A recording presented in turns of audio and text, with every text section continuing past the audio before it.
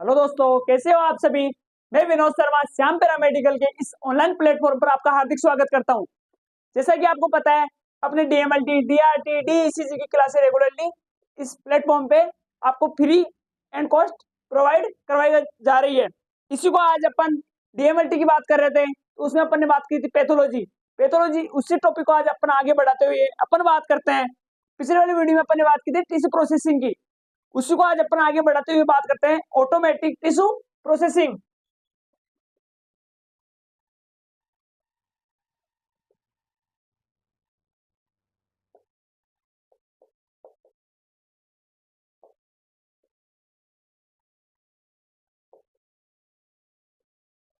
Automatic tissue processing, इसके word से आपको समझ में आ रहा होगा कि ऑटोमेटिकली टिश्यू की प्रोसेस होना। ऑटोमेटिकली टिश्यू का प्रोसेस होना। ऑटोमेटिक से आप ये समझो ऑटोमेशन।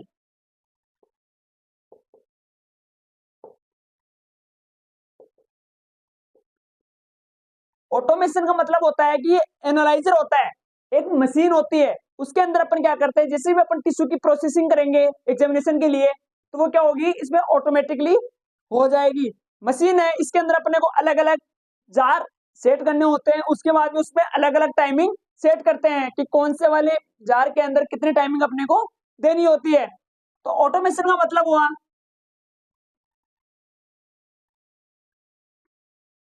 ये एक एनालाइजर है। ये एक एनालाइजर है। इसके अंदर क्या हुआ कि ये एक मशीन है। इसके अंदर अपन जैसे अपन इसके अंदर जो भी जार है उसका टाइम सेट करके अपन उसको प्रोसेस करते हैं। तो उसके बाद जैसे ही कंप्लीट प्रोसेस हो जाएगी, उसके बाद में अपन उसका क्या करते हैं, माइक्रोस्कोपिक एग्जामिनेशन कर सकते हैं। तो अपन जो ऑटोमेशन की बात कर रहे हैं हिस्टोलॉजी के अंदर, तो उसके अंदर अपन टू टाइप की बात करेंगे। हिस्टोपैथोलॉजी एक करेंगे अपन ऑटोमेटिक टिश्यू प्रोसेसिंग, एक तो करेंगे अपन ऑटोमेटिक टिश्यू प्रोसेसिंग, और सेकंड करेंगे ऑटोमेटिक स्टेनिंग प्रोसेसर। इसके अंदर बात करेंगे अपन की टिश्यू को जैसे ही बायोप्सी का सैंपल लिया, तो उसको ऑब्जर्वेशन या माइक्रोस्कोपिक ऑब्जर्वेशन तक जाने की जो प्रोसेस होती है, तो उसको अंदर अपन बोल देंगे उसको ऑटोमेटिक टिश्यू प्रोसेसिंग। लेकिन जैसे ही ऑटोमेटिक टिश्यू प्रोसेसिंग कंप्लीट हुई, उसके बाद में उसकी जो स्टेनिंग होती है, उसको बोलेंगे अपन ऑटोमेटिक स्टेनिंग प्रोसेसर। अभी बात करते हैं अपन ऑटोमेटिक टिश्यू प्रोसेसर की। इसमें क्या है, जो भी टिश्यू प्रोसेसिंग स्टेप है, जैसे फिक्सेशन,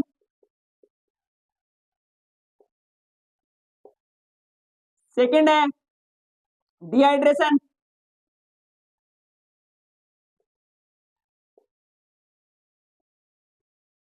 थर्ड है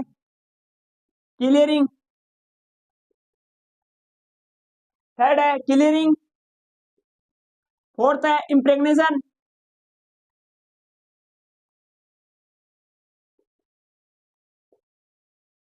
फिफ्थ है अम्बेडिंग,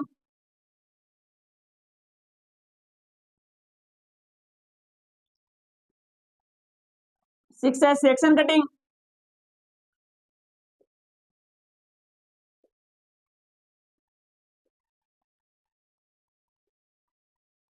सेवंथ है स्टेनिंग। तो ये जो टिश्यू प्रोसेसिंग की जो स्टेप है, उसके अंदर फिक्सेशन से लेके इम्प्रेग्नेशन तक की जो स्टेप होती है, ये फिक्सेशन से लेके इम्प्रेग्नेशन तक की जो स्टेप होती है, उसी को अपन बोलते हैं टिश्यू प्रोसेसिंग। तो इसके अंदर क्या हुआ, ऑटोमेटिक टिश्यू प्रोसेसिंग क्या होती है, एक मशीन में होती है। तो ये जो मशीन है, उसके अंदर सबसे पहले होगा फिक्सेशन।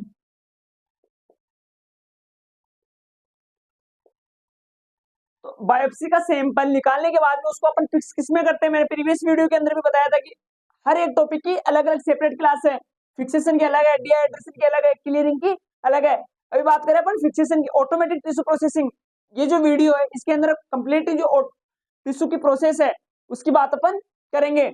तो अब आप ये देखो, जो फिक्सेशन की जो प्रोसेस है वो कौन कंप्लीट करवाता है, वो करवाता है 10% एनबीएफ। 10% एनबीएफ। फिर बात आती है डिहाइड्रेशन की।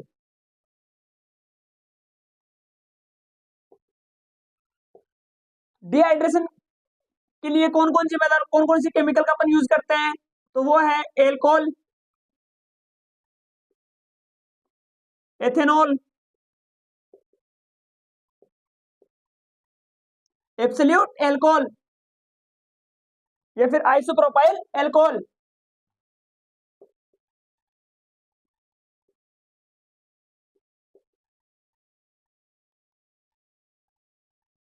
Isopropyl alcohol.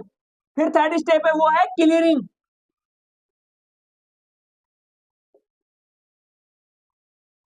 वो अपन किससे करते हैं, वो अपन करते हैं जाइलिन से। वो किससे करते हैं अपन, जाइलिन से करते हैं, या फिर टोलुइंस भी इसकी जगह यूज कर सकते हैं। एंड अपन क्लोरोफॉर्म का भी यूज कर सकते हैं। जो इम्प्रेग्नेशन की जो स्टेप है वो किससे अपन कंप्लीट करते हैं, वो करते हैं अपन पैराफिन वैक्स से। तो जब भी अपन टिश्यू प्रोसेसिंग की स्टेज अपनाते हैं तो उसके अंदर अपने पास क्या क्या होना चाहिए, या तो 10% फॉर्मेलिन होना चाहिए, एल्कोहल, एथेनॉल, एब्सोल्यूट एल्कोहल वगैरह होना चाहिए, जाइलिन होनी चाहिए और पैराफिन वैक्स होना चाहिए। तो ये क्या होता है कि जब भी एक स्टेप के अंदर यदि अपन इनको कंप्लीट करते हैं तो उसको अपन क्या बोल दिया, अपन ने उसको बोल दिया ऑटोमेटिक टिश्यू प्रोसेसिंग। इसके अंदर क्या हुआ कि एक मशीन होती है, उसके अंदर जार लगे हुए होते हैं। अब वो कितने थे क्या जार होते हैं उसकी अपन चर्चा करते हैं।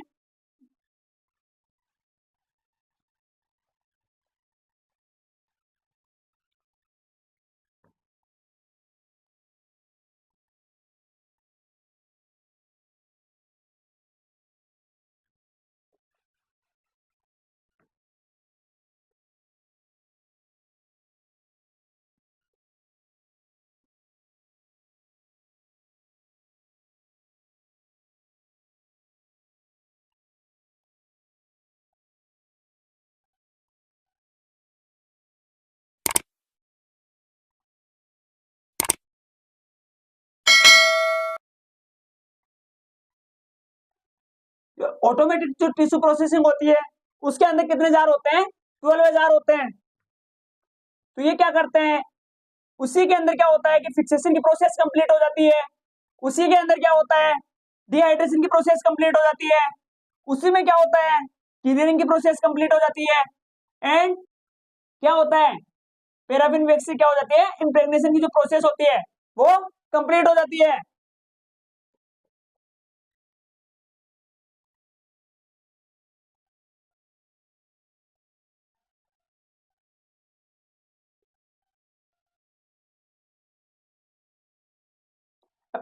कौन कौन से रिएजेंट के अपन कितने थे जार यूज करते हैं वो है ये। तो इसके अंदर अपन, मैंने बताया कितने जार यूज करते हैं, इसमें करते हैं अपन 12 जार।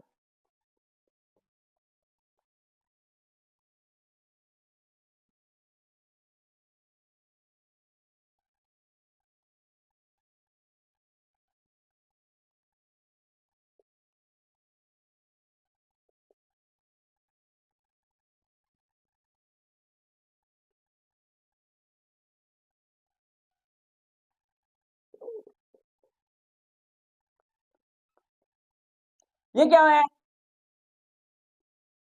ये एक मशीन है, उसके जो जार होते हैं उसके अंदर जो 12 जार होती है उसके अपन बात कर रहे हैं कि कौन कौन से जार में कौन कौन सा केमिकल यूज अपन करते हैं। ये एक दूसरे से क्या होते हैं, ये कनेक्ट होते हैं।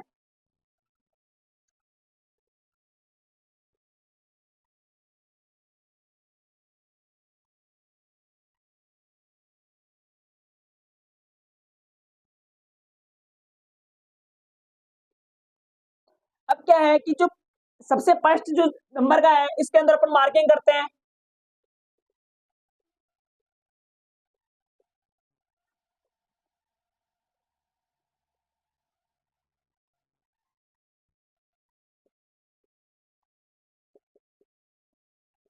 ये कितने जार हो गए टोटल, 12 जार हो गए।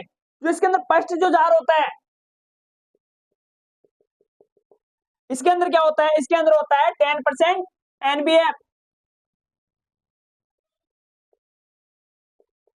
इसके अंदर क्या हुआ, इसके अंदर हुआ 10% एनबीएफ। देन जो सेकंड होता है,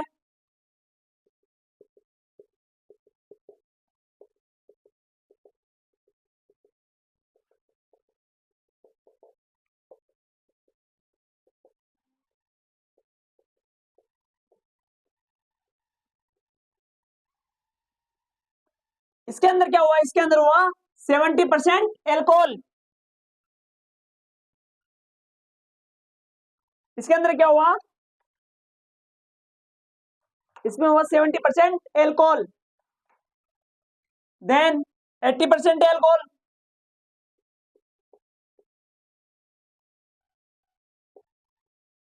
then 90% alcohol,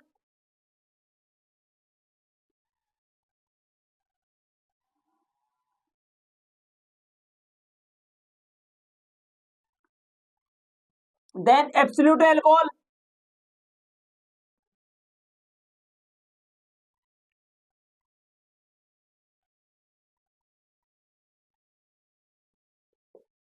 absolute alcohol, then absolute alcohol.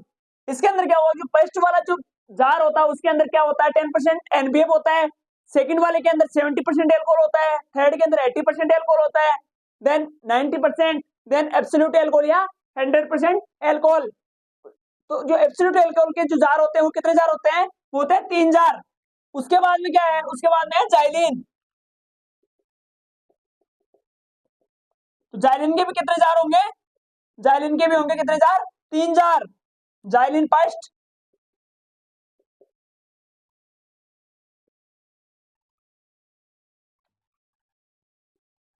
Xylene second, and then xylene third.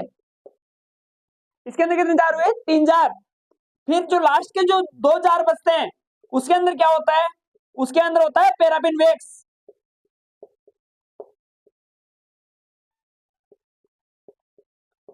उसके अंदर कितना होता है, उसमें होता है पैराफिन वैक्स। जैसे ही बॉडी से, जैसे ही इंफेक्टेड पार्ट बॉडी से अपन रिमूव करते हैं, बायोप्सी का सैंपल लेते हैं, उसके बाद में क्या करते हैं, उसको अपन हिस्टोपैथोलॉजी लैब के अंदर भेज देते हैं उसके माइक्रोस्कोपिक ऑब्जर्वेशन के लिए। तो जैसे ही माइक्रोस्कोपिक ऑब्जर्वेशन के लिए आती है तो उसका जैसे ग्रोथ कंप्लीट हुआ, ग्रोथ के बाद के अंदर जो स्टेप स्टार्ट होती है टिश्यू प्रोसेसिंग की, वो होती है फिक्सेशन, डिहाइड्रेशन, क्लियरिंग, देन इम्प्रेग्नेशन। तो ये जो 10% एनबीएफ है वो कौन सी प्रोसेस कंप्लीट करवा रहा है, वो करवा रहा है फिक्सेशन की।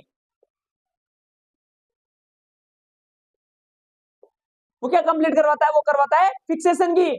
देन 70%, 80%, 90% एब्सोल्यूट एल्कोहल की जो ये है, एल्कोहल की जो केमिकल है वो क्या कंप्लीट काम करवा रहा है, वो करवा रहा है डिहाइड्रेशन।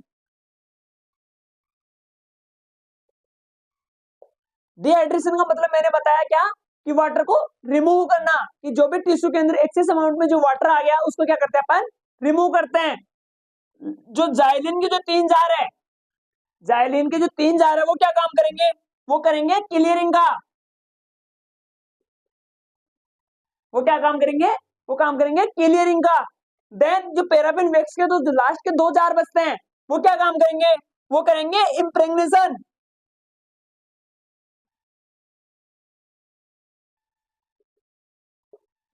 ये काम क्या हुआ, ये जो कंप्लीट प्रोसेस है, ये जो कंप्लीट प्रोसेस है फिक्सेशन से लेके इम्प्रेग्नेशन तक की, इसको जो कंप्लीट होने में जो टाइम लगता है वो कितना लगता है, वो लगता है 16 आवर्स।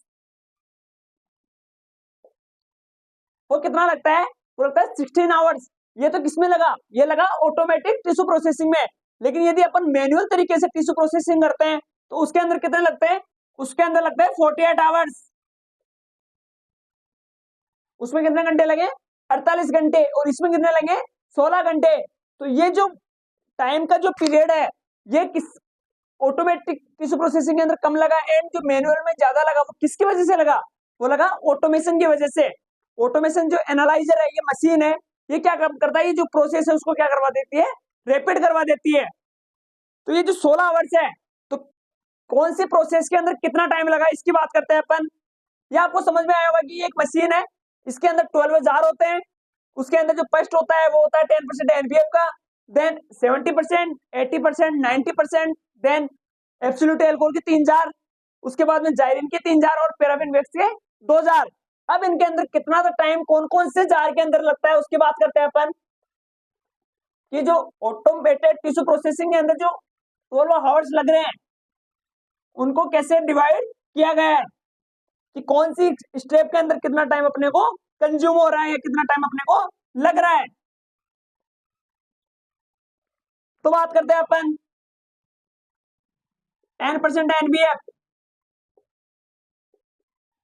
देन 70%, देन 80%, देन 90%, फिर एब्सोल्यूट एल्कोहल,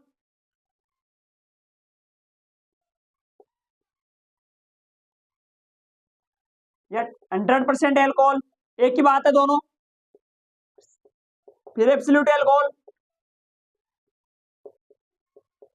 फिर एब्सोल्यूट एल्कोहल। एब्सोल्यूट एल्कोहल के कितने जार है?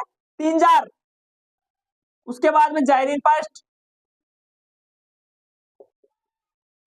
देन जाइलिन सेकेंड,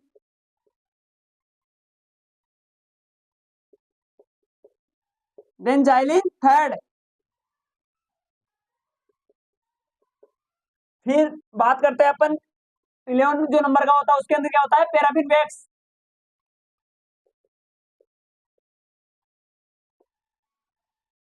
और 12 में भी क्या होता है? Paraffin wax. अब ये 12 जार हो गए, इसके अंदर कौन से वाले जार के अंदर कितना टाइम कंज्यूम हो रहा है वो देखते हैं अपन। जो 10% एनबीएफ है, ये जो फिक्सेशन की जो प्रोसेस है उसके अंदर जो ऑटोमेटेड टिश्यू प्रोसेसिंग में टाइम लगता है वो कितना लगा? वो लगा 1 आवर्स। वो कितना लगा? वो लगा 1 आवर्स। फिर उसके बाद में जो 70% एल्कोहल है उसमें भी कितना लगा? उसमें भी लगा 1 आवर्स। फिर 80 में भी 1 आवर्स, देन 90 में भी 1 आवर्स। तो ये क्या हुआ? ये एक एक घंटा किस किस में लग रहा है? पहले अपन ने इसको फिक्स किया, उसके अंदर किसमें लगा? एक एक 1 आवर्स लगा। देन एब्सोल्यूट एल्कोहल के अंदर भी कितना था लगा? 1 आवर्स।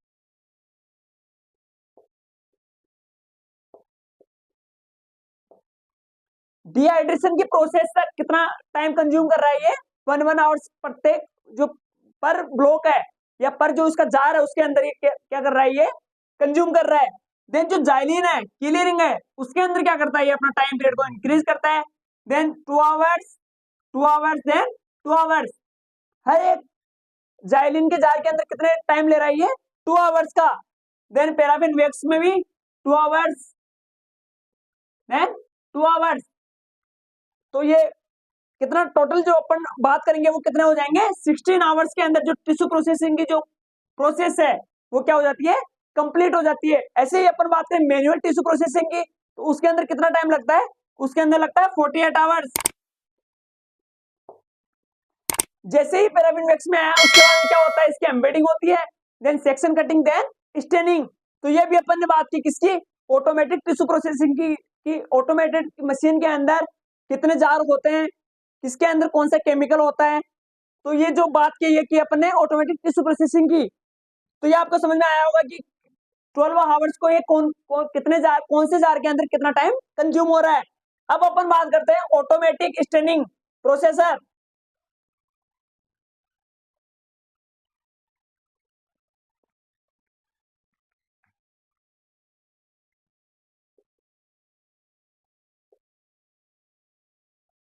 ऑटोमेटिक स्टेनिंग प्रोसेसिंग, इसके अंदर क्या होता है?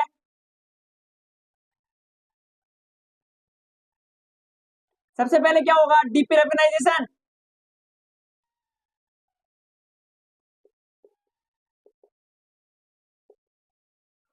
सबसे पहले क्या होगा?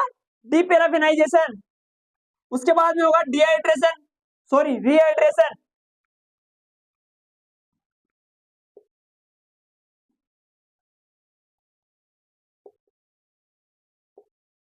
देन उसके बाद में क्या होगा? इसमें क्लियरिंग। देन क्या होगा? वॉशिंग। देन क्या होगा? Staining die. देन क्या होगा? माउंटिंग।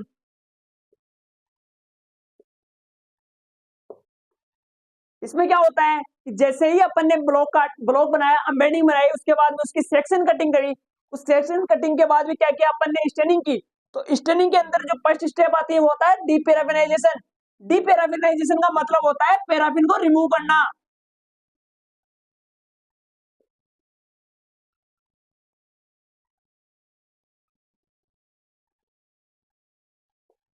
कि जो भी अपन सेक्शन कटिंग काटते हैं तो उसके अंदर टिश्यू के साथ क्या होता है, पैराफिन होता है।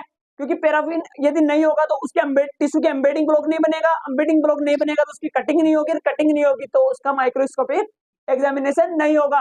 तो उसके लिए क्या होता है कि जो पैराफिन होता है, तो स्टेनिंग के पहले उसको क्या करता है, पैराफिन को रिमूव करना होता है। तो ये जो पैराफिन को रिमूव करने की जो प्रोसेस होती है उसी को अपन ने क्या नाम दिया, डीपैराफिनाइजेशन। तो ये जो काम करता है इसके लिए अपन जाइलिन का यूज करते हैं।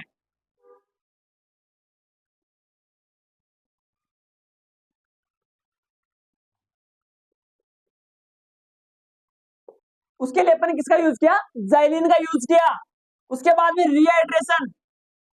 रिहाइड्रेशन और डिहाइड्रेशन के अंदर क्या होता है, जो डिहाइड्रेशन होता है वो क्या होता है, असेंडिंग ऑर्डर में चलता है। पहले आएगा 70% में, फिर आएगा 80% में, फिर आएगा 90% में, और फिर आएगा एब्सोल्यूट अल्कोहल में।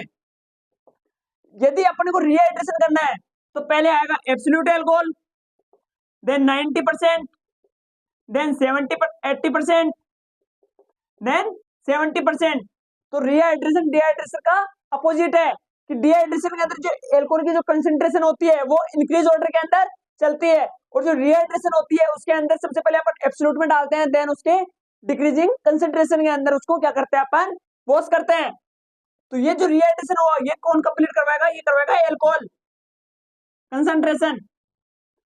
एल्कोहल कंसेंट्रेशन का ये मतलब हुआ कि इसके अंदर अपन 70% भी ले रहे हैं, 80% भी ले रहे हैं, 90% भी यूज कर रहे हैं। ये 70%, 80%, 90% कैसे बनता है, यदि 100 ml अपने को 100 ml एब्सोल्यूट एल्कोहल चाहिए तो अपन उसको क्या किया, अपन ने 100 ml ही रखा। लेकिन यदि 100 ml 70% चाहिए, 100 ml 70% एल्कोहल चाहिए, तो उसके अंदर अपन क्या करेंगे, इसका जो पार्ट होंगे तो 70% 70 ml तो अपन क्या लेंगे, एल्कोहल। 70 ml तो अपन क्या लेंगे उसपे, एल्कोहल। लेकिन जो बचा हुआ पार्ट है 30 ml वो क्या लेंगे अपन, डिस्टिल वाटर। तो इसकी जो 70% की कंसेंट्रेशन है वो कैसे प्रिपेयर होती है वो मैं बता रहा हूँ कि यदि 70% अपने को एल्कोहल बनवाना है, 70% एल्कोहल बनवाना है, तो उसके लिए अपन क्या करेंगे कि 100 ml यदि वो बनाना है, यदि उसकी कंसेंट्रेशन 70% है, उसकी जो क्वांटिटी है वो 100 ml है, तो उसको अपन कैसे बनाएंगे कि जो 100 बनाने के लिए उसके अंदर 70 ml तो अपन क्या लेंगे, एल्कोहल लेंगे। देन जो रिमेनिंग बचा हुआ 30 ml है वो क्या अपन क्या यूज करेंगे, वो करेंगे डिस्टिल वाटर। ऐसे यदि 80% बनाना है तो 80 ml तो अपन क्या लेंगे, एल्कोहल। बचा हुआ 20 ml क्या लेंगे, डिस्टिल वाटर। तो ये आपको समझ में आया होगा कि अपन 70% कैसे बना, 80% कैसे बना, देन एब्सोल्यूट एल्कोहल कैसे बना। उसके बाद में जो क्लीनिंग की प्रोसेस होती है वो भी क्या कंप्लीट करवाता है, वो भी करवाता है जाइलिन। वो भी कौन कंप्लीट करवाता है, वो भी करवाता है जाइलिन। उसके बाद में वॉशिंग होती है, वो होती है डिस्टिल वाटर या टेप वाटर से।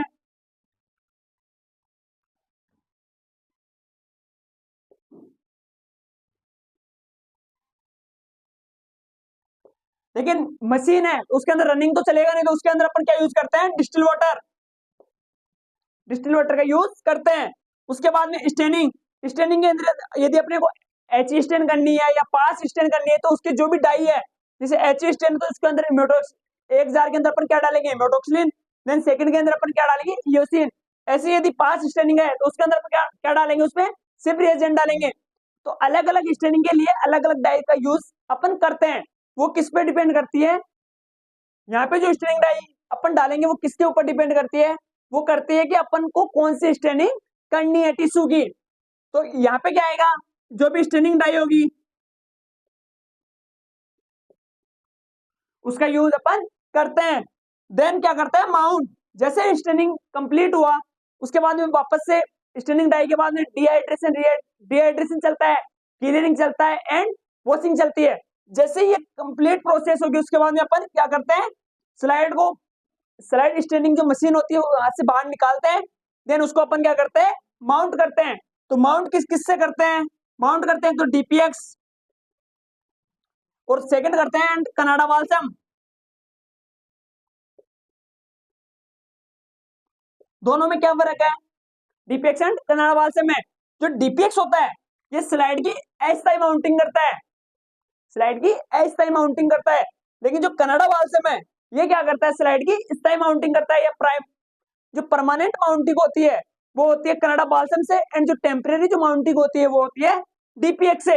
जैसे ही माउंटिंग हुई उसके बाद में अपन ने उसका क्या किया, उसके बाद में अपन ने किया उसका माइक्रोस्कोपिक ऑब्जर्वेशन।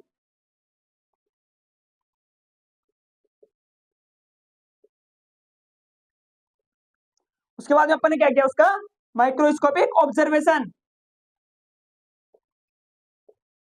मैंने बताया आज कि जो मैनुअल टिश्यू प्रोसेसिंग होती है उसके अंदर अपन कैसे प्रोसेस करते हैं, जो ऑटोमेटेड टिश्यू प्रोसेसिंग है वो अपन कैसे करते हैं। ऑटोमेटेड एक मशीनरी सिस्टम या ऑटोमेशन की जो प्रोसेस होती है उसके अंदर क्या होता है कि मशीन का यूज अपन या एनालाइजर का यूज अपन करते हैं। उसके अंदर क्या डालते हैं कि जो जो भी टिश्यू की जो प्रोसेसिंग है उसके अंदर फिक्सेसिंग के लिए अपन वो 10% एनपीएफ डाल देंगे, क्लियरिंग के लिए अपन उसमें जाइलिन डाल देंगे, इंप्रेग्नेशन की प्रोसेस के लिए अपन उसमें पैराफिन वेक्स डाल देंगे, डिहाइड्रेशन की प्रोसेस के अंदर अपन उसमें क्या डाल देंगे, एल्कोहल डाल देंगे। तो ये जो कंप्लीट प्रोसेस है ये एक सर्किल में चलती है कि पहले फिक्सेशन होगा, फिर डिहाइड्रेशन होगा, देन उसके बाद में क्या होगा, क्लियरिंग होगा, देन उसके बाद में इंप्रेग्नेशन होगा। तो ये जो कंप्लीट जो राउंड के अंदर जो प्रोसेस चल रही है एनालाइजर में उसी को अपन ने बोल दिया ऑटोमेटिक टिश्यू प्रोसेसिंग। इसके अंदर जो टाइम पीरियड लगता है वो लगता है 16 आवर्स का, और जो अपन मैनुअली जो टिश्यू प्रोसेसिंग करते हैं उसके अंदर लगता है 48 आवर्स का। उसके बाद में मैंने बात की ऑटोमेटिक स्टैंडिंग प्रोसेसिंग की, कि जैसे ऑटोमेटिक टिश्यू प्रोसेसिंग हो रहा है सेम वैसे ही एक एनालाइजर का यूज करते हैं स्टैंडिंग के लिए। उसके अंदर क्या क्या होता है, उसके अंदर डिप्राइवेनाइजेशन की प्रोसेस होती है, then rehydration, clearing, washing, standing and mounting. Mounting होती है, इसको अपन क्या करते हैं, मैन्युअली करते हैं डीपीएक्स से कवर स्लिप लगा के। तो ये क्या हुआ, अपन ने बात की ऑटोमेशन या एंड ऑटोमेटिक टिश्यू प्रोसेसिंग की। Thank you so much.